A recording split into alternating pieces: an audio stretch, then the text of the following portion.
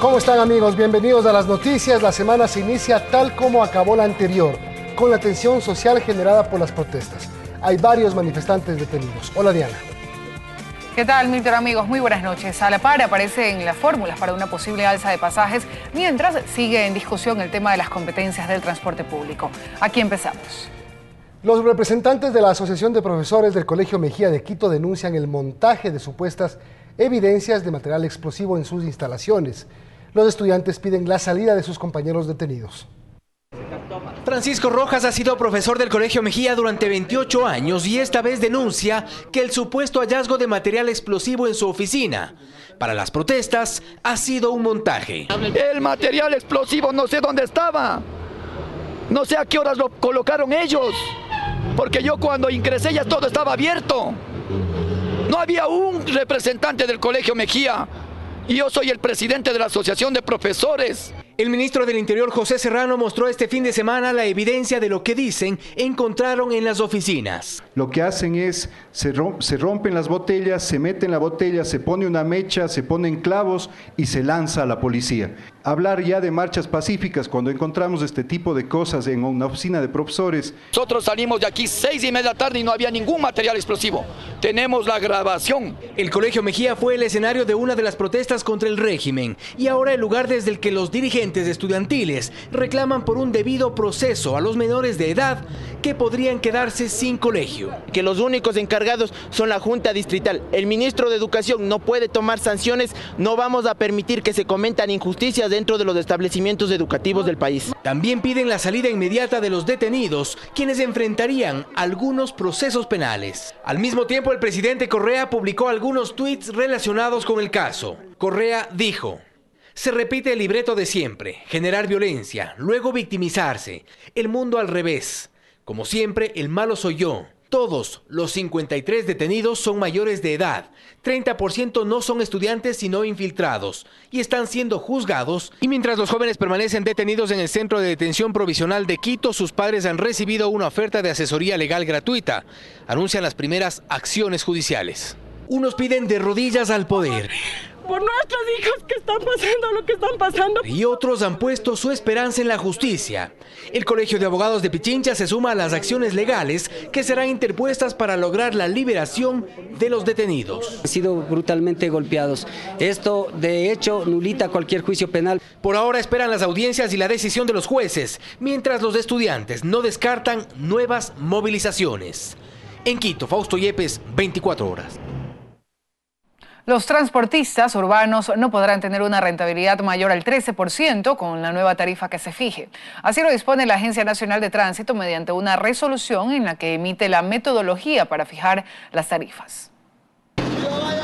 La metodología de cálculo, es decir, la forma de establecer la tarifa y los parámetros a tomarse en cuenta, forman parte de la resolución de la Agencia Nacional de Tránsito, emitida el 27 de agosto de este año en 7 artículos y 2 disposiciones generales. Nos entregaron la semana pasada y con esto hemos dado a nuestros técnicos para que lo analicen. Y en esa resolución de la ANT, el artículo 6 dice: la determinación de la tarifa deberá ser ajustada hasta obtener una tasa de rentabilidad del 13% o el valor proxy que se acerque más a este porcentaje. Ninguna autoridad ha habido ni ha existido de que me diga o que manifieste de que no amerita un reajuste tarifario. Por ello, la ANT establece también la metodología para el estudio de la tarifa, en base fundamentalmente a los costos de operación de los transportistas, la amortización de sus unidades y, según expertos en el tema, entrarán también variables de servicio. Los señores transportistas deben ajustarse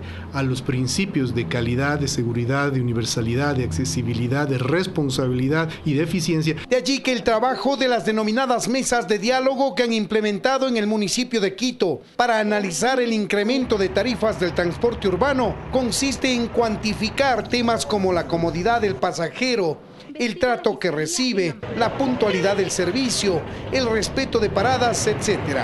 Eso, definido dentro de un modelo, llevado a una cuantificación, es lo que debería determinar una tarifa de transporte público. Y según los transportistas, el valor que arroje este cálculo corresponderá a la tarifa, pero aclara que los subsidios que actualmente perciben por parte del gobierno central, que van entre 350 y 600 dólares mensuales, no tienen nada que ver con la fijación de la tarifa general. Claramente dice lo que firmamos, compensación a la media tarifa. Eso es muy diferente al costo operacional. Todo esto sin considerar aún la capacidad de pago de los usuarios, especialmente de los estudiantes para quienes la actual tarifa es alta. Nosotros creemos que se deben adoptar medidas que no afecten el bolsillo, la canasta, el desarrollo económico de las familias ecuatorianas. En Quito, Freddy Paredes, 24 horas. El Consejo Nacional de Competencias podría sancionar al municipio de Guayaquil si no asume el control total del tránsito que le faculta decidir sobre el aumento de los pasajes. El municipio asegura que los parámetros que ha fijado el gobierno para la tarifa obligaría a un incremento. Que si se va a aumentar o no el precio del pasaje ya no está en discusión, según Andrés Roche. Esta resolución lo dice todo. El cálculo de pasajeros, de kilómetros, los gastos en combustible, en neumáticos y otros costos es lo que se toma en cuenta en los parámetros para la fijación de la tarifa del transporte terrestre urbano. Esto según la resolución 100 del 27 de agosto del 2014 emitida por la Agencia Nacional de Tránsito. Dice que la determinación de la tarifa deberá ser ajustada hasta obtener una tasa de rentabilidad del 13%, que el gobierno utiliza una serie de argucias para hacer pasar esta metodología, que ya de por sí ha aumentado la tarifa de transporte, para que los municipios pongan los números, cuando incluso ponerle los números a esas fórmulas es obligación del gobierno central, pues tiene que fijar una estructura tarifaria. Aunque ahora dicen no estar de acuerdo con esta metodología, lo raro es que un delegado del alcalde Jaime Nebot estuvo presente durante la firma de esta resolución. Donde, repito, participa un miembro que pertenece al municipio de Guayaquil. Aunque ya hablan del tema, en el Cabildo insisten en que no son ellos quienes deberán tomar la decisión si aumentan o no el precio del pasaje. Reiteran que no son suficientes los 30 millones de dólares que transfirió el Estado y que ellos intentan devolver a través de un juicio de consignación. También hubo otro anuncio. El gobierno central no va a continuar pagando el subsidio de 350 dólares que reciben mensualmente los transportistas. Entonces, finalmente, ¿cómo queda el problema? ¿Puede algún ente obligar a las autoridades municipales a asumir estas competencias? El Consejo Nacional de Competencias es el que tiene que regular esto y ellos establecer cuáles deberían ser las sanciones del caso. A pesar de esto, en el municipio de Guayaquil se anticipan en decir que tampoco estarán listos para que en enero estén los agentes municipales de tránsito en las calles. Creen que se tomarán otros 8 meses más. Es decir, la polémica continuará. Dayana Monroy, 24 horas. La Superintendencia de Control de Poder de Mercado socializa el Manual de Buenas Prácticas Comerciales que entrará en vigencia este 1 de noviembre para los supermercados y sus proveedores. Los principales objetivos son combatir la publicidad engañosa, los precios injustos y las prácticas abusivas. ¿Quiénes son los involucrados? Supermercados, comisariatos, megamercados, hipermercados, tiendas grandes, bodegas, distribuidores, fabricantes, importadores y proveedores en general. ¿Qué productos intervienen? Las canastas de alimentos, bebidas, higiene y cuidado personal, limpieza de hogar, confitería, frutas, legumbres, carnes, pollos y mariscos congelados, que a través de 32 artículos pretenden ser ordenados, principalmente para que tengan un precio justo, una publicidad no engañosa, ni sean parte de prácticas abusivas que generan competencia desleal. Es así que, por ejemplo, como dice el artículo 12 en su numeral 7, para evitar desabastecimientos de productos de manera obligatoria entre supermercados y proveedores, deben existir en sus contratos cláusulas de abastecimiento periódico y permanente, ordinario y extraordinario, a fin de mantener siempre un stock. Con respecto al precio justo, de acuerdo al artículo 13, se ordena que los supermercados no promocionarán ni exhibirán productos cuando el precio sea inferior al precio de compra constante, salvo ventas destinadas a eliminar stock por salida del producto, ventas por fin de temporada, productos estacionales, productos con fallas, con caducidad inminente, entre otros, en cuyos casos deberá ser advertido el consumidor de manera escrita y en un lugar visible, la causa de ese precio en promoción. Asimismo,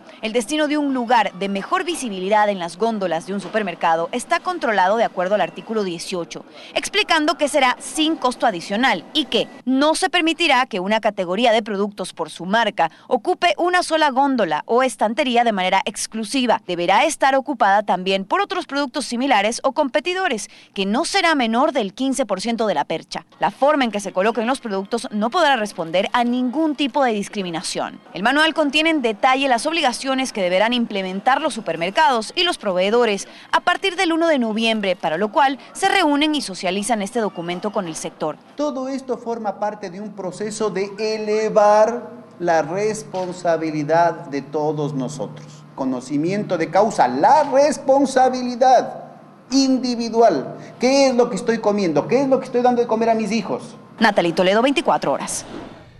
Las comunidades afroecuatorianas del Valle del Chota bloquearon la Panamericana en el límite provincial del Carchi e Imbabura como protesta por la muerte de un habitante de Piquiucho durante un operativo anticontrabando ejecutado el fin de semana. Un completo caos vehicular y peatonal se evidenció por más de 11 horas en la Panamericana debido a protestas realizadas por las comunidades negras del Valle del Chota, quienes usaron piedras, quema de llantas y maquinaria de panavial para bloquear la circulación en el Juncal y Mascarilla. Ahora pedimos que haya justicia y que el gobierno, Correa, que vea cómo vivimos nosotros pobres endeudados. Ya dejemos el racismo a un lado. ¿Por qué a nosotros las personas afro nos tienen excluidos de la sociedad? Varias personas fueron agredidas al intentar cruzar por los obstáculos colocados en los límites provinciales de Carchi e Imbabura, generando una serie de inconvenientes a miles de personas que no lograron llegar a sus destinos. Hemos sido cautos, hemos sido muy pacientes, pero estas cosas no se pueden permitir porque afectan al país. La protesta inició desde las 6 horas como reclamo de las comunidades afro por la muerte de un habitante de Piquiucho durante un operativo contra el contrabando ejecutado el fin de semana. En Mascarilla, Jairo Jacome Ortega, 24 horas. Más noticias, amigos. Comenzó la época de transición de la temporada seca a la lluviosa. El Instituto de Meteorología pronostica lluvias para las próximas 72 horas en la capital. Por su parte, el municipio realiza trabajos para evitar inundaciones en sectores críticos. Situaciones como esta causaron afectaciones en Quito en los últimos días. Las inundaciones fueron producto de la fuerte lluvia que golpeó a distintos sectores de la ciudad. Esto marca la transición de la temporada seca a la húmeda, según datos del INAMI. Más el ingreso de humedad que existe desde la Amazonía, como le digo, el calentamiento también que hubo, se produjeron ya este tipo de lluvias. Según él, esto no tiene que ver con otro tipo de fenómenos. Estas condiciones son normales, estamos ya empezando la época lluviosa. En cuanto a su intensidad, sí ha aumentado un poco. La prevención frente a las lluvias no consiste solo en abrigarse o salir preparado para estas. Además, de acuerdo con la empresa de agua potable y saneamiento, es importante que la población tenga ciertas consideraciones. Se pide a la comunidad, a la ciudadanía que colabore con el hecho de mantener los sumideros limpios, que no bote basura a las calles. Según la EMAPS, previniendo la temporada invernal durante el año, desarrollan el denominado Plan Lluvias. 4 ejes básicos que implican la limpieza de sumideros, la construcción de drenajes profundos, las reparaciones de redes que tienen problemas y la limpieza de quebradas. Principalmente se enfocan en zonas de riesgo como son los pasos deprimidos y las cercanías de mercados. Este martes el municipio entregará ayuda humanitaria a los afectados por las inundaciones del fin de semana en la capital. En Quito, María Gracia Costa, 24 horas. Por el Día Internacional de la Limpieza de Playas en Galápagos se recolectó 3.431 kilogramos de basura tras un trabajo comunitario realizado simultáneamente en las islas San Cristóbal, Santa Cruz, Isabela, Floriana y Baltra con más de 800 voluntarios. Desechos plásticos, vidrios, cartones, piezas de embarcaciones, llantas, son algunos de los residuos que se recolectaron durante el fin de semana en la jornada de limpieza realizada en el archipiélago de Galápagos. Fundas, por ejemplo, son generalmente ingeridas por lobos, por iguanas, y eso les provoca generalmente la muerte. También los peces también lo consumen, se confunden con otros organismos, y también afecta no solamente a la especie, sino que también afecta a la humanidad. La isla Santa Cruz, donde habita una variedad de especies marinas, fue uno de los escenarios de esta campaña de limpieza que inició muy temprano, la misma que contó con la colaboración de guardaparques, pescadores, comerciantes, turistas, estudiantes y habitantes. Fueron alrededor de 800 voluntarios que se sumaron a esta jornada de limpieza, esto con el fin de conservar el ecosistema de las Islas Galápagos, quienes durante un arduo trabajo sacaban los residuos del mar, de las rocas y de los matorrales. Hicimos un tramo que era desde la playa de los Perros hasta Tortuga Bay, que fue una caminata bastante larga, hicimos 3 horas. Es importante recalcar que gran parte de la basura encontrada proviene de las corrientes marinas de otras partes del mundo. Había vidrios, también plásticos, tapas. Bastante espuma flex, que es terriblemente tóxico. En total, en este Día Internacional de Limpieza de Playas, solo en Galápagos se recolectó 3.431 kilogramos de basura, mientras que a nivel nacional se recogió unas 35 toneladas de residuos. El problema no se soluciona limpiando las playas, ¿no?, sino previniendo que éstas se contaminen. Así que todos unámonos y colaboremos para mantener las playas de nuestro país limpias y que los animalitos que habitan en ellas sobrevivan. Andrea Guerrero, 24 horas. En cuestión de segundos, varios sujetos roban $20.000 a un cliente dentro de una agencia bancaria en Vinces, provincia de Los Ríos. La Fiscalía analizará los videos de seguridad del banco para reconocer a los asaltantes. 3 personas armadas entraron a esta agencia bancaria ubicada en el centro del cantón Vinces, en la provincia de Los Ríos, y luego de someter al guardia, procedieron a sustraer una cantidad cercana a los $20.000 que iban a ser depositados. Se presume que les han hecho un seguimiento a las víctimas, viendo sus debilidades para proceder. La víctima sería miembro de una compañía de seguridad que transportaba valores recaudados a cadenas de farmacias. Según moradores del lugar, el robo fue en cuestión de segundos. Un señor fue que me estaba aquí sentado tomándose un batido y me dijo: ve, van robando el banco, nada más, porque le vio el arma en la mano al delincuente. Hasta el momento no hay detenidos y a través de la Fiscalía procederán a solicitar los videos de seguridad del banco. Si tenemos nosotros videos en la parte interna del banco y si hacemos una visualización, eso ya a nivel de Fiscalía podríamos nosotros ya ir cotejando. Mientras tanto, la policía montó un operativo de búsqueda en las principales vías de acceso para intentar dar con el paradero de los delincuentes. En Vinces, provincia de Los Ríos, Martín Soto, 24 horas.